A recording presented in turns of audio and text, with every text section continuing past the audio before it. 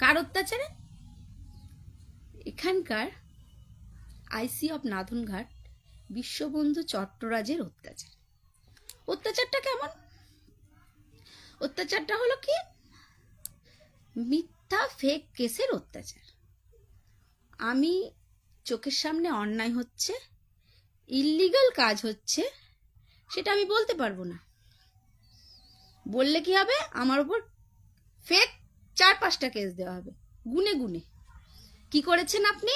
থানা ভাঙচুর করেছেন, কি থানার মূল্যবান নথিপত্র তছরূপ করার চেষ্টা করেছেন, থানার লোকদের মারধর। সরস্বতী তুমির পত্রিকা সঙ্গে রয়েছি আমি ধৃতরাষ্ট্র। আপনাদের আমরা দিনের পর দিন ধরে দেখাচ্ছি, মনে আছে আপনাদের?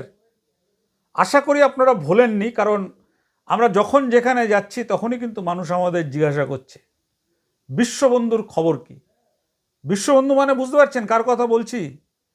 এই ঘোলা থানার আইসি ছিলেন বিশ্ববন্ধু চট্টরাজ। প্রায় 5 বছরের মতন এখানে রাজত্ব করেছেন। এই 5 বছরের রাজত্বকালে তিনি যে বেনিয়ম করেছেন, তিনি যে অনিয়ম করেছেন, তা কিন্তু এখন ফুটে ফুটে ফুটে ফুটে ফুটে বেরোচ্ছে। তিনি এখান থেকে ট্রান্সফার নিয়ে তিনি চলে গেছেন পূর্ব বর্ধমানের নাদনঘাট থানায়। সেখান থেকে আমরা আপনাদেরকে দেখিয়েছি যে সেখানে গিয়েও তার সেই একই খেলা চলছে। তার যে 2 নম্বরই কাজ, তার যে কালোবাজারি, সেই কালোবাজারির বিরুদ্ধে যারা কথা বলতে যাচ্ছেন তাদেরকেই থানা ভাঙচুর করেছেন, পুলিশের কাজে বাধা দিয়েছেন বলে মিথ্যা মামলায় ফাঁসিয়ে জেলে পাঠাচ্ছেন, যেটা হয়েছিল ঘোলা থানায়। আমরা তো বারবার গলা ফাটাচ্ছি, তদন্ত চলছে জাতীয় মানবাধিকার কমিশনের, হাইকোর্টে মামলা চলছে। অনেকেই আমাদেরকে প্রশ্ন করছেন যে বিশ্ববন্ধুর তো এখনও তেমন কোনো বড় ধরনের কোনো সাজা হলো না। আমরা আজকে একজন মহিলা মানেই নারী, নারী মানেই হচ্ছেন আমাদের মাতৃজাতি, আমরা এটা বলে থাকি আপনাদের। সেই একজন মহিলার চোখের জল আপনারা দেখুন।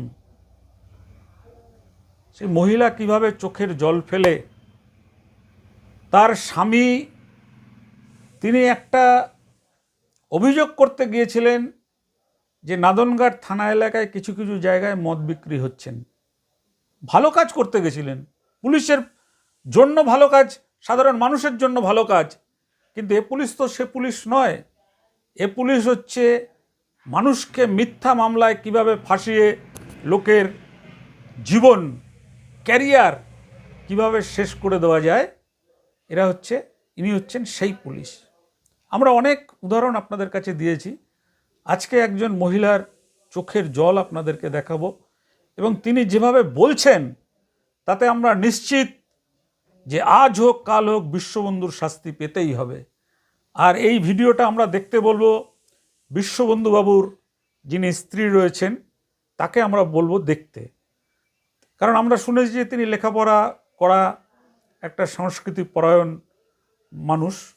তাকে বলবো যে এই নারীর কান্নাটা, আপনিও তো একজন নারী, এই নারীর কান্নাটা শুনুন, যে কিভাবে তার স্বামীকে মিথ্যা মামলায় ফাঁসিয়ে জেলে পাঠানোর চেষ্টা করেছিলেন। সব তার জবানবন্দি তিনি দিয়েছেন।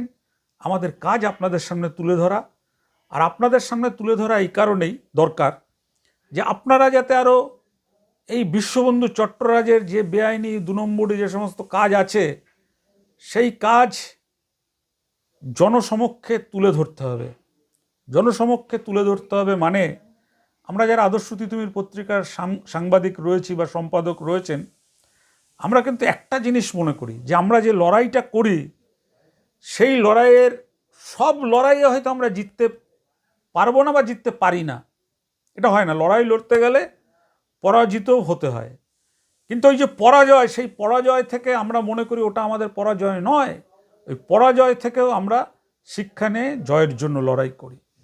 সুতরাং এইটা আপনারা জানবেন যে বিশ্ববন্ধু চট্টরাজ তার 60 বছরের জীবনে যত রকম দুর্নীতি করুক, যত রকম অন্যায় করুক, যত রকম বেআইনি কাজ করুক, কেউ না থাকলেও আমাদের আদর্শতী তুমির পত্রিকা কিন্তু বিশ্ববন্ধু চট্টরাজকে 1 ইঞ্চি জমি ছাড় দেবে না।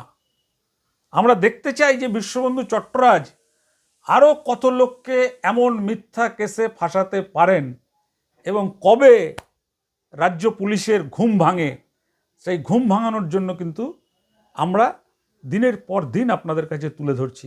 আজকের আমরা বেশি কিছু বলতে চাই না। একটা অসহায় মহিলার ভারাক্রান্ত চোখের জল আমাদের হৃদয়েও আঘাত করেছে, তাই আমরা তুলে ধরছি বিশ্ববন্ধুর এই কীর্তি। পুরোটা আপনারা শোনার পরে যদি মনে করেন যে এই মহিলার যে কান্না করে যে ঘটনার তিনি বয়ান দিচ্ছেন সেটা যদি আপনাদের কাছে গ্রহণযোগ্য মনে হয়, আপনারা যদি মনে করেন যে বিশ্ববন্ধু চট্টরাজ যে কাজ করছেন সেটা অন্যায়, পুলিশ বিভাগের মুখকে কলঙ্কিত করছেন, আবার তিনি আরও যা যা কাজ করেন সেইগুলো আজকে আমরা তুলে ধরছি না আপনাদের কাছে। আমাদের কাছে তথ্য এসছে, সাংঘাতিক তথ্য এসছে, সেগুলো আমরা প্রকাশ করব আপনাদের কাছে। কিন্তু আপনারা তো জানেন যে কোনো থানায় যে আইসি থাকে সে নিজেকে একেবারে শাহেনশাহ বা সম্রাট মনে করেন, কারণ তার হাত দিয়েই তো যত 2 নম্বরই কাজ সেইগুলো সব হয়। কারণ একজন সাব ইন্সপেক্টর বা একজন অ্যাসিস্ট্যান্ট সাব ইন্সপেক্টর তারা তো মানে তার নির্দেশেই কেস তদন্ত করতে যায় এবং তদন্ত করে কি রিপোর্ট হবে তার সঙ্গে পরামর্শ করেই তিনি যা বলেন সেই রিপোর্ট দিতে বাধ্য হন তারা। সেই জন্য আমরা চাই যে বিশ্ববন্ধুর মতন এই রকম মিথ্যে কেস করার যারা নায়ক, সাধারণ মানুষের জীবন নষ্ট করে দেওয়া, সরকারের দুর্নাম করা, পুলিশ বিভাগের দুর্নাম করা, এই ধরনের যারা রয়েছেন তাদের শাস্তি হওয়া উচিত। অনেক ভালো পুলিশ বন্ধুরা আমাদের কাছে আমাদের চেনে, আমরাও তাদের চিনি, তারাও বলেন যে হ্যাঁ এগুলো উনি যে কাজ করেছেন সেগুলো অন্যায় কাজ। আজকে দেখুন বিশ্ববন্ধুর আরেক অন্যায়। সন্ধ্যা থেকে বসিয়ে রেখেছে, বলছে মেজবাবু বলছে বেল নিয়ে চলে যান, বেল নিয়ে চলে যান, ইনডাইরেক্টলি বেল নিয়ে চলে যান মানে কি? আমার কাছে এমন প্রপোজাল এসেছে টাকা দিয়ে ছাড়িয়ে নিন, মানে টাকা দিয়ে ছাড়াবো মানে? আমি কমপ্লেন করতে এসেছি একটা ইললিগাল ব্যাপারে, আমার হাজবেন্ড কমপ্লেন করতে এসেছে, তাকে আপনারা মিথ্যা অপবাদে জড়াচ্ছেন, আবার বলছেন আপনি টাকা দিয়ে ছাড়িয়ে নিয়ে বেল নিয়ে চলে যান, মানেটা কি? বেল নিয়ে চলে যাবো কিসের জন্য? আমার হাজবেন্ড শান্তনুকে নিজে বলেছে যে মুছ লেখা দেবো না, আমি তো কোনো অন্যায় করিনি, আটকে ডাকলে রাখবে, যতগুলো কেস দেবে দেবে, কিন্তু আমি বেল নিয়ে যাব না। ঠিক আছে, কোনো ব্যাপার না, চলছে, টাইম বাড়ছে, আসছে, ও আসছে, দেখা গেলাম যার নামে যে করেছে এই ঘটনাটা, ওই যে proprietor Srilakshmi dhaba and restaurant, দিন নাম বদলায়, প্রতিদিন নাম বদলায়, যাই তো দেখতে যাওয়ার পথে দেখতেই পাই বড় বড় গাড়ি দাঁড়িয়ে আছে, চার পাঁচটা কি 10-12টা স্কুটার মোটরসাইকেল দাঁড়িয়ে আছে। তো চলছে, রমরমিয়ে চলছে ব্যবসা চলছে, তার বুকের পাটা আছে, তার তো ঘুষের টাকা যাচ্ছে, মান্থলি টাকা যাচ্ছে, ঘুষ দিচ্ছে, তাই চলছে। আর কার জোরে যাচ্ছে? আইসি নাদনঘাটের জোরেই, ওখানে ঘুষ দেয়, মান্থলি চলে, তো চলে এলো। ওদের তো ইললিগাল বার চলে কি করে বলুন? যেখানে 100 মিটার অন্তর একটা, 100 মিটার না মানে কলেজ বিদ্যালয় থেকে 1000 মিটার দূরে একটা করে সরকারি কাউন্টার আছে, সেখানে ইললিগাল চলে কি করে বলুন তো? কিছু বুঝতে পারেন? আমরা বুঝতে পারি না, আমরা তো ঘাসে মুখ দিয়ে চলি। কি করে ইললিগাল বার চলে? এক তুলসীডাঙ্গাতে কি করে একটা প্রণব কুণ্ডু নামক ব্যক্তি কিভাবে ইললিগাল বার চালায়? ঠিক আছে, হলো সন্ধ্যা 7:30-8টা নাগাদ চলে এলো ওই দলবল নিয়ে, মানে ওই তুলসীডাঙ্গার প্রপাইটার, মানে ওই শ্রীলক্ষ্মী ধাবার তার বাবা মা, মানে কত গোষ্ঠীর লোক সব চলে আসলো, তাদের দিয়ে নাকি থানা ডাক করিয়েছে, তাদের দিয়ে আমার হাজবেন্ডের নামে কেস করালো। খুব ভালো কথা, পকেট গরম হয়ে গেছে তো। আর আমাকে বলছে বেল নিয়ে চলে যান, বেল নিয়ে চলে যান। বেল নেবো? আরে সেদিনকার সিসিটিভি ফুটেজ যদি মুছে না দেওয়া থাকে, 50,000 টাকা মুছে যদি না দেওয়া থাকে, সেদিনকার সিসিটিভি ফুটেজ সব প্রুফ আছে। আর আমি কি করছি? বলেছে 50,000 টাকা ঘুষ দিয়ে ছাড়িয়ে নিয়ে যান। আমার কাছে প্রপোজাল এসেছে, আর আমরা তো জানেনি কেমন স্ট্যান্ডার্ড, আমরা তো ঘুষ দেবো না, আমরা কোনো অন্যায় করি না। আমার হাজবেন্ড বলে দিয়েছে পারলে 10টা কেস দিন, 11টা কেস দিন, ঘুষ দেবো না। এইভাবে চলছে। রাত্রি 11টার সময় আমি বলেছি আইসির সাথে কথা বলবো না, আমি ওইখান থেকে কেউ তো কথা বলছে না, কিছু না। আমাকে যে সিসিটিভি দেখা হচ্ছে, একটা লোক ডাকা হলো, সিসিটিভি দেখা হচ্ছে, আপনি বেরিয়ে যান, আপনি বেরিয়ে যান, আপনি বেরিয়ে যান। মহিলাদের সাথে কিভাবে ব্যবহার করতে হয় জানে না, জানে না। আপনি বেরিয়ে যান, আপনি বেরিয়ে যান। বেরিয়ে গেলাম, সঙ্গে সঙ্গে পর্দা জানালা সব লাগিয়ে দিল, সিসিটিভি ফুটেজ চেক করা হচ্ছে। আরে প্রমাণ লোপাট করা হচ্ছে, কিন্তু প্রমাণ লোপাট করতে দেব না। হাইকোর্ট যেটা হয়, সুপ্রিম কোর্ট যেটা হয়, যেখানে যেতে হয়, ওই ডেটের সিসিটিভি ফুটেজ সন্ধ্যা দুপুর 3:30 থেকে রাত মানে যত রাত পর্যন্ত প্রতিটা সিসিটিভি যে সেকেন্ডের ফুটেজ যদি না দেখতে পেরেছি, বাপের বেটি নই, দেখেই ছাড়বো। আইনত, ইললিগাল ভাবে না, লিগাল ভাবে। যেভাবে আমাদের ফাঁসিয়েছে ইললিগাল ভাবে, কিন্তু লিগাল ভাবে এটার মধ্যে সবচেয়ে জড়িত আছে। আমরা অনেক কিছু করতে পারতাম লিগাল ভাবে, ওই বিশ্ববন্ধু চট্টরাজ আইসির নামে অনেক কিছু করতে পারতাম লিগাল ভাবে, কিন্তু কিছু করিনি। কেন করিনি? কারণ আমার হাজবেন্ড একটা চাকরি করে, উনিও একটা চাকরি, উনি বলছি আমি তো ছোট লোক না, আমি তো উনিই বলবো, আমি তো আর অন্য নোংরা কথা বলবো না, আমি তো উনিই বলবো। তো তারপর ভালো কথা, তারপর আমি ওই সাইনবোর্ড থেকে লেখার নাম্বারটা নিয়ে ফোন করলাম ওনাকে, বিশ্ববন্ধু চট্টরাজকে। বললাম, হ্যালো, আমি বলছি, তা আমি আপনার সাথে দেখা করতে চাই। তো উনি কোথায় গেছিলেন, ডিউটি আছে তো, অনেক ব্যস্ত মানুষ, কোথাও ঝাড় দিতে যান, কোথাও উদ্বোধন করতে যান, কোনো ফুটবল খেলতে যান, তাও যেতে পারেন, তার ব্যক্তিগত ব্যাপার, সরকার তো পুষে রেখেছে ওই জন্যই। তো যাচ্ছেন, এলেন, আসলেন মনে হয় 10:30 কি 9:30 কি 9:30 10টা নাগাদ এলেন। না, 10:30 নাগাদ আমাকে ডেকেছে, একটা লেডি কনস্টেবলকে ডাকা হলো। আমি যাই হোক, লেডি কনস্টেবলটাকে ডাকা হলো, আমি কারো নাম বলবো না, দেখেছি আমি নিজের চোখে, মেয়েকে স্কুটি চালাচ্ছে, নিজেও হেলমেট নেই, মেয়েরও হেলমেট নেই, কিন্তু নাম তুলবো না। প্রতিদিনই দেখি হেলমেট ছাড়া স্কুটি চালায়, হেলমেট ছাড়া মোটরসাইকেল চালায়, যাও ইচ্ছা তাই। আমরা তো পুলিশ, আমাদের না তো কোনো আইন নেই। না, নাম আমি বলবো না, সরি, নাম বলতে অনিচ্ছুক, নাম বলতে অনিচ্ছুক, নাম বলতে অনিচ্ছুক, আমি নাম প্রকাশ করতে চাই না। যেখানে বাড়ি হোক, যাই হোক, যেখানে যাই হোক, যাই হোক, সব তো চিটারে ভর্তি, চিটারে ভর্তি। যাই হোক, আমাকে একটু করো, জলটা দাও, খাই, গলাটা শুকিয়ে গেছে। যাই হোক, তো এরম হচ্ছে, আপনারা এরম ভেবেন না যে আমি উত্তেজিত হয়ে যাচ্ছি। হ্যাঁ বলছি তো, ডেকে নিয়ে গেল, তারপর আমাকে হলো বসুন, বসলাম, আর উনি এলেন, পেছন থেকে এসে দাঁড়ালেন, বলছে কি হয়েছে বলুন। আমি বলছি, আমার হাজবেন্ড কমপ্লেন করতে এসেছিল, আমার হাজবেন্ডকে আটকে রাখা হয়েছে। কারণ আটকে রাখা হয়েছে মানে কি, বসিয়ে রাখা হয়েছে, তখনও পর্যন্ত লকআপে নয়, বসিয়ে রেখেছে। বলছে দেখছি, বেল নিয়ে চলে যান, 50,000 টাকা দিন, বেল নিয়ে চলে যান, 50,000 টাকা দিন, বেল নিয়ে চলে যান, এরকম করে বলা হচ্ছে সন্ধ্যা থেকে। তো আমি বলছি, এরম কমপ্লেন করতে এসেছিল, তা ওনাকে কেন আটকে রাখা হয়েছে? বলছি, আপনার হাজবেন্ড তো মহিলাদের সাথে কিভাবে কথা বলতে হয় জানেনই না, আপনার হাজবেন্ড তো আইন শেখাচ্ছে, আমি আইনের ছাত্র জানেন, আপনার হাজবেন্ডের নামে আমি এমন কেস দেব, 50 কি দিলাম, 30 কি 15-20টা লয়ার নিয়েও আপনি কালনা কোর্টে গিয়ে আপনি বেল আনতে পারবেন না। ভাগ্যবশত আমার ফেভার ছিল, আমার ভাগ্য ছিল, আমার লাক ছিল, আমি পরের দিনই আমার হাজবেন্ডকে ছাড়িয়ে নিয়ে চলে আসতে পেরেছি। আমার সিঁদুরের দাম ছিল, এসডিএমটা ভালো ছিল, দেখতে পেয়েছে এরা সতের হয়ে কাজ করছে, এরা সৎ পথে চলে, উনি বুঝেছেন, ওই জন্য পরের দিনই আমার হাজবেন্ডকে বেল দিয়ে দিতে। আর ঢোকালো কখন? রাত 11:30, সারাটা রাত আমি ওখানে বসে আছি। বলছে আপনি আসতে পারেন, আমার এখন ও ভালো কথা, একটা মেয়ের সাথে আমার সেদিন খুব পরিচয় হয়েছিল, খুব ভালো মেয়ে, খুব ভালো মেয়ে, খুব আজকে ওই সরস্বতী দোসাদ একটা সমাজসেবী, ওই ফ্রেন্ডশিপটা আমাদের তৈরি হয়েছিল ওই দিন থেকে। খুব ভালো মেয়ে, ও সত্যের পথে চলা মেয়ে, একটা বুকে বল রাখা মেয়ে।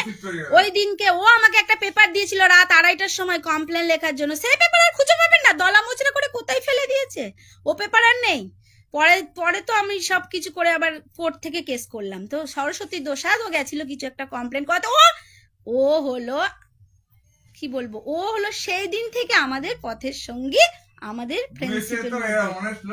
ও বুঝেছে আমরা একজন অনেস্ট লোক, আমরা মানে আইনের পথে চলি, আর কি সত্যি কথা বলি। তো ওই দিন থেকে ওর সাথে আমাদের মেনছে। তো তাই হোক যাই হোক, আর আর আমরা একটা কথা বলি, আমি একটা কথা বলি, নাম নেব না, অন্য করে লোকাল মিনিস্টার একটু সাবধান হয়ে যাই যান। হোক এখন আমরা লোকাল মন মিনিস্টার থেকে মন থেকে যেটা বলছি, যাই হোক এবার আমার কথাটা আমাকে বলতে দাও, আমি বলি।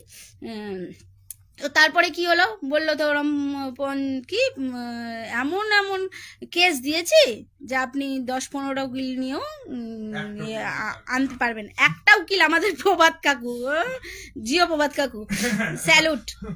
একটা উকিল প্রভাত কাকু, উনি আমাদের, একটা ভ্যালু আছে না, আর অনেস্টির একটা ভ্যালু আছে, প্রভাত কাকু নিজেও জানেন। হ্যাঁ, আর আমাদের এসডিএম সাহেব যিনি ছিলেন খুবই ভালো, উনিও বুঝতে পেরেছেন যে এরা সৎ পথে চলে। তো আমরা পরের দিন বেল নিয়ে চলে এসেছি, কিন্তু কেস তো চলছে না। 3 মাস অন্তরই তো আমাকে গিয়ে উকিলের কাছে টাকা দিতে হচ্ছে। কেন দেব?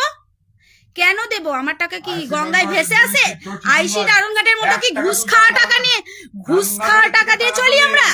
হ্যাঁ, এই সমুদ্রগড় থেকে প্রতিটা বড় বড় ব্যবসায়ীর কাছে, ছোট ছোট ব্যবসায়ী কার কাছে টাকা সবাই জানে, কিন্তু ভয় আমাদের মনে না, একটা দম ছোট্ট একটা ভয় আছে না, কিন্তু আমরা ভয় পাই না। দেখুন আমার হাজবেন্ড সেই প্রথম দিন থেকে প্রতিবাদী, আর আজকে আমাকে যখন উকিলকে টাকা গুনতে হচ্ছে ভাই, আমারও তো বুকটা কচকচ করে। কেন দেব কেন? কিন্তু আজকে নয়, আজকে এর তো একদিন শেষ আছে। হাইকোর্ট, সুপ্রিম কোর্ট, যেখানে যেতে হবে, আইন সবার ঊর্ধ্বে, আইন সবার ঊর্ধ্বে। আইসি নাদনঘাটকে আমি ইল্লিগাল নয়, লিগাল ভাবে বুঝে নেব। 1টা স্টার থেকে 3টে স্টার হতে দেব না, সেটা আমার শান্তরক্ষিত বলেছে, আমিও বলে দিলাম 1টা স্টার থেকে 3টে স্টার হতে দেব না। হ্যাঁ, আমি জানি আজকের এই লাইভটার পরে প্রচুর প্রেসার আসবে আমার ফ্যামিলির ওপর, প্রচুর। ডোন্ট কেয়ার, কিচ্ছু, মরতে তো একদিন হবে, মরেই তো আজকে আমাদের ভারতবর্ষ স্বাধীন হয়েছিল। সবাই মারা গেছিল, নেতাজি সুভাষচন্দ্র বোস মারা গেছে, ক্ষুদিরাম বোস মারা গেছে, মহাত্মা গান্ধী মারা গেছে, আমরাও মরবো। মরে এই যে অত্যাচার হচ্ছে, এই অত্যাচারের বেড়াজাল থেকে সবাইকে টেনে তুলে আনবো। আইসি নারায়ণঘাট একটা চোর, ঘুষখোর, উনাকে ইমিডিয়েট চেঞ্জ করা উচিত। প্রতিটা আইসি চেঞ্জ হয়ে গেছে, উনাকে ইমিডিয়েট চেঞ্জ করা উচিত। আর মমতা ব্যানার্জিকে না খুব প্রাণ থেকে ভালোবাসি। আমি জানি, আমাদের ফ্যামিলিটা জানে যে মমতা ব্যানার্জি মমতাময়ী, আর উনাকে দেখেই ভোটটা দিই। জিও মমতা ব্যানার্জি, তৃণমূল কংগ্রেস জিন্দাবাদ, মমতা ব্যানার্জি জিন্দাবাদ, মামাটি মানুষ জিন্দাবাদ। অন্যায়ের প্রতিবাদ করবই, আর রক্তে বিন্দু মাত্র দম থাকতে, 1 বিন্দু দেহের রক্ত থাকতেও আইসি নাদনঘাটের যে দুর্ব্যবহার, যে ইল্লিগাল অত্যাচার আমাদের ওপর করেছেন, সুপ্রিম কোর্টে গিয়েও তার প্রুফ দেব, যদি ওই সিসিটিভি ফুটেজ না মোছা হয়। আর আজকের এই লাইভের পর আমি জানি আমার উপর অনেক, আমার ফ্যামিলির উপর অনেক টর্চার আসবে, কিন্তু মরতে ভয় পাই না। হয়তো চলে আসবে গাড়ি নিয়ে তুলতে, আরে চলো, চলে আসবে, নো প্রবলেম। আমরা ভয় পাই না। অন্যায় হয়েছে, অন্যায়ের প্রতিবাদ হবে, 100 বার হবে। জয় বাংলা, বন্দে মাতারাম, মামাটি মানুষ জিন্দাবাদ, মমতা ব্যানার্জি জিন্দাবাদ। আজকে অনেক দুঃখে, অনেক ব্যথা পেয়ে আজকে 2 বছর পর আমি এই লাইভে আসতে বাধ্য হয়েছি। এই ঘুষখোরটাকে ইমিডিয়েট এখান থেকে টেনে অন্য যেখানে ইচ্ছা সেখানে সরানো উচিত। একদম একদম বাজে করে দিল, সমুদ্রঘাটটাকে বাজে করে দিল। টাটা। আর আমার এই উত্তেজিত হয়ে যাওয়ার জন্য ক্ষমা প্রার্থী। সবাই কিন্তু লাইভটা একটু মন দিয়ে শুনবেন আর শেয়ারও করবেন। আর আমি যদি কিছু ভুল, তো আমি বলিনি, আমার ব্যক্তিগত অভিজ্ঞতা আমি শেয়ার করেছি। 100% আমি আমার দিক থেকে সৎ। আমাদের ফ্যামিলি, আমার ফ্যামিলি পুরো সৎ, পারফেক্ট। লজ্জা পান, ভয় পান, আমাদের দেখলে মুখ লুকায়, হেলমেট পরে না তো, চোররা তো ভয়ই পাবে। ঠিক আছে, চোর ঘুষখোরদের দূর হটাও। টাটি আইসি ঘুষখোর, বিশ্ববন্ধু চট্টরা চোর ঘুষখোর, এর জন্য আমার ফ্যামিলিকে যদি মরতে হয় মরতেও রাজি আছি। চোর ঘুষখোর আমাদের ফ্যামিলিকে ইল্লিগাল ভাবে ফাঁসিয়ে, আমাদের কাছ থেকে আমার ফ্যামিলিকে ইল্লিগাল ভাবে ফাঁসিয়ে আমাকে আজকে এই অবস্থায় আনার, মানে লাইভে আসতে বাধ্য হয়েছি আমি। হ্যাঁ, আর খবরগুলো আমি তো শেয়ার করি, দেখে নেবেন উনার কুকীর্তির খবর। টাটা, নমস্কার। দেয়ালে পিঠ থেকে গেছে তো আমার ফ্যামিলির অবস্থাটাও তাই, দেয়ালে পিঠ থেকে গেছে। অত্যাচারে, কার অত্যাচারে? এখানকার আইসি অফ নাদনঘাট বিশ্ববন্ধু চট্টরাজের অত্যাচার। অত্যাচারটা কেমন? অত্যাচারটা হলো কি, মিথ্যা ফেক কেসের অত্যাচার। আমি চোখের সামনে অন্যায় হচ্ছে, ইল্লিগাল কাজ হচ্ছে, সেটা আমি বলতে পারবো না। বললে কি হবে, আমার ওপর ফেক 4-5টা কেস দেওয়া হবে গুনে গুনে। কি করেছেন আপনি? থানা ভাঙচুর করেছেন, কি থানার মূল্যবান নথিপত্র তছরূপ করার চেষ্টা করেছেন, থানার লোকদের মারধর করেছেন। থানার লোক মানে কি? Officer, table officer. আমি একটা সাধারণ মানুষ হয়ে, আমার হাজবেন্ড একটা সাধারণ মানুষ হয়ে একটা থানায় ঢুকে এগুলো করতে পারবো? যেখানে আপনার ফোর্স, আপনার সাপোর্টার, আপনার উঙ্গলি হিলনে পুরো থানা চলে। আজকে থেকে প্রায় লোকসভা ভোটের আগের ঘটনা, 2023 সাল। তো অনেক দিনই হয়ে গেল, ঘটনাটা অনেক দিন আগেই বলা উচিত ছিল। অনেক কবার আমি বলেওছি, অনেক কমেন্টে করেওছি, যেখানে দেখতাম উনি ঝাড় দিচ্ছেন, যেটা ওনার কাজ নয়। সরকার পুষে রেখেছেন আমাদের মমতা ব্যানার্জি, মানবিক সরকার, মামাটি মানুষের সরকার, আমাদের নেত্রী। উনি লোক রেখেছেন মাইনে দিয়ে, না ওনাকে ঝাড় দিতে হবে? ঝাড় দেওয়াটা ওনার কাজ? ঝাড় দেওয়াটা ওনার কাজ না, ঝাড় দিতে হবে। আরে নিজের ভেতরকার ময়লা ঝাড় দিন। আইসি বিশ্ববন্ধু চট্টরাজ, আপনাকে বলছি, নিজের মনের ময়লাটা ঝাড় দিন। মানুষকে ফেক কেস থেকে, ফেক কেসে জড়ানো থেকে নিজেকে মুক্ত রাখুন, ঘুষ খাওয়া থেকে মুক্ত রাখুন। আপনার বিরুদ্ধে অনেক নিউজ তৈরি হয়েছে, নিউজ রিপোর্টাররা তো এমনি নিউজ করে না, ওই নিউজগুলো আমরা শেয়ারও করেছি। কারো সোনা মেরে দেওয়া, কারো বউকে ফাঁসিয়ে তার বরকে ফাঁসানো, এইভাবে অনেক রকম। আপনি আবার ওই কি যেন একটা জায়গা, ঘোলা সোদপুরের ঘোলাতে থাকতেন না? সেখানে তো কয়েক কোটি কোটি টাকার সম্পত্তি আপনার। সব আইসি চেঞ্জ হয়ে গেল, সব। আমাদের এখানকার আইসি চেঞ্জ হলো না? হ্যাঁ, এটা কি মমতা ব্যানার্জি জানেন আপনি কি কি কুকর্ম আপনার মধ্যে জড়িয়ে আছে? আপনার নামে তো হাইকোর্টে কেসও আছে, সিবিআই না, সিআইডি তদন্তের আন্ডারে আপনার কেস আছে। একটা গরিব দুঃখিনী মেয়ে মরে গেল, তার কেসটা ধামাচাপা দিলেন এই নাদনঘাটে। কিছুদিন আগের ঘটনা দেখলাম, হাইকোর্টে চলছে কেসটা। সেই বাবা মাটা হাইকোর্টে গেছে, আবার কবর খুঁড়ে নাকি সেই লাশ বের করে আবার নাকি পরীক্ষা নিরীক্ষা করা হয়েছে, খবরে দেখলাম। কিন্তু আমার সাথে যেটা হয়েছে সেই অভিজ্ঞতাটা একটু শেয়ার করি। আজ থেকে প্রায় 2 বছর আগের ঘটনা। আমার হাজবেন্ড গেছিল কোন একটা কাজে পূর্বস্থলী, আসার পথে তুলসীডাঙ্গা একটা হোটেল কাম রেস্টুরেন্ট, সেখানে আবার ইল্লিগাল বার চলে। সেই রেস্টুরেন্টে, সেই হোটেলে খেতে গেছিল, দুপুরের খাবার খেয়েছিল। সেখানে টাকা বেশি নেওয়া হয়েছিল, তো বলেছে কেন তুমি টাকা বেশি নেবে, এইসব কথা। সে বলে যে না, টাকা বেশি নেবো না, তোকে দেখে নেবো, এ করবো। আর ইল্লিগাল যে ওয়াইন বিক্রি হয় সেটা আমার বর দেখে ফেলে।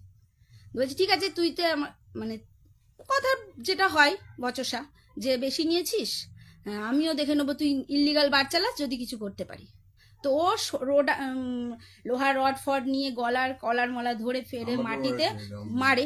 পরে আমার কাছে ফোন আসে, আমি স্পটে যাই, তারপরে আমাকেও অকথ্য ভাষায় গালিগালাজ করে, আমার জাত তুলে কথা বলে। আমার জাত বংশ, আমি একটা মুসলিম ঘরের মেয়ে, হিন্দুকে বিয়ে করেছি, তো আমার জাত বংশ নিয়ে কথা বলে, আমারও শ্লীলতা হানি করার চেষ্টা করে। এটা নিয়ে ওটা আমি কেসও করেছি।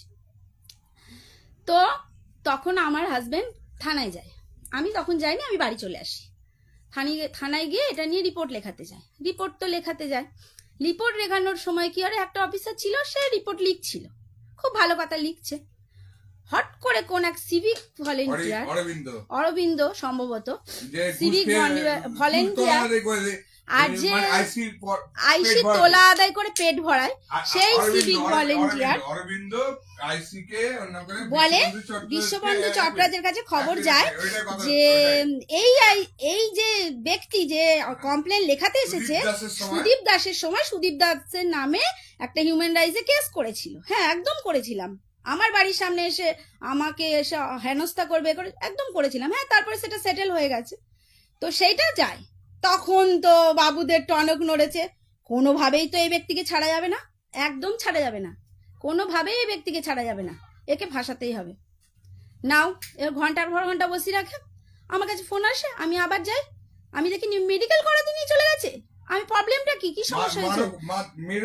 মেরেওছে, কোন সিভিক ঘুষি মেরেছে গালে, কনস্টেবল আর সিভিক ঘুষি মেরেছে। আমার দুটো অফিসারের কথা ওখানে খুব মনে আছে, রাহুল বাবু যিনি এখন নেই, আর ওয়াসিম আকরাম যিনি এখনো নেই, তারা এখন ওখানে নেই। যাই হোক, তো এরম হয়। তো আমাদের কি করে, আপনারা বসুন, আপনারা বসুন, কাজ আছে, আপনারা বসুন, আপনারা বসুন, এইভাবে মেডিকেল করিয়ে নিয়ে চলে আসলো ওকে। মেডিকেল করিয়ে নিয়ে রাত 10:30 নাগাদ, 11টা নাগাদ না, আমি বললাম আইসির সাথে আমি দেখা করব। মেজবাবু যে ছিলেন তিনি বললেন আপনি একটু বসুন দেখছি, একটু বসুন দেখছি, একটু বসুন। আর কি লেখাঝোকা করছে, কত বড় ক্রিমিনাল চলে এসছে। আরে যারা ইল্লিগাল ওয়াইন বিক্রি করছে, ইল্লিগাল ঠেক চালাচ্ছে, তার বাড়ির লোক চলে এসেছে, 4-5টা লোক। আরে তারা তো মান্থলি দিয়ে রেখেছে, পকেট ভরিয়ে রেখেছে, ওটা সন্ধ্যাবেলা ছিল। তো তাদের দিয়ে যাই হোক, তাদের দিয়ে কেস করিয়েছে। আমি এরকম ভাবে চলতে থাকলো, রাত 11টা 11:30, আমি 10:30 বাজে। তার মধ্যে আমি দুজনকে ফোন করেছিলাম, আমাদের এমএলএ উনাকে ফোন করেছিলাম, তপন দেবনাথ, উনি এসেছিলেন। যাই হোক, তখন ইলেকশন কমিশনের আন্ডারে ছিল বলে উনি কিছু করতে পারেনি। উনি আমাকে পরের দিন সকালে বলেছেন যে আমি দুঃখ প্রকাশ করেছেন যে আমি কিছু করতে পারিনি ইলেকশন কমিশনের আন্ডারে। আর আমি তপন চ্যাটার্জিকেও ফোন করেছিলাম, উনাকে কি বলেছেন আমাদের আইসি দীনবন্ধু চট্টোপাধ্যায়, যে আমি জানি না, বললেন উনি নাকি বিশ্ববন্ধু চট্টোপাধ্যায়, উনি খুব ক্ষিপ্ত। ও ক্ষিপ্ত আমরা হব সাধারণ মানুষ।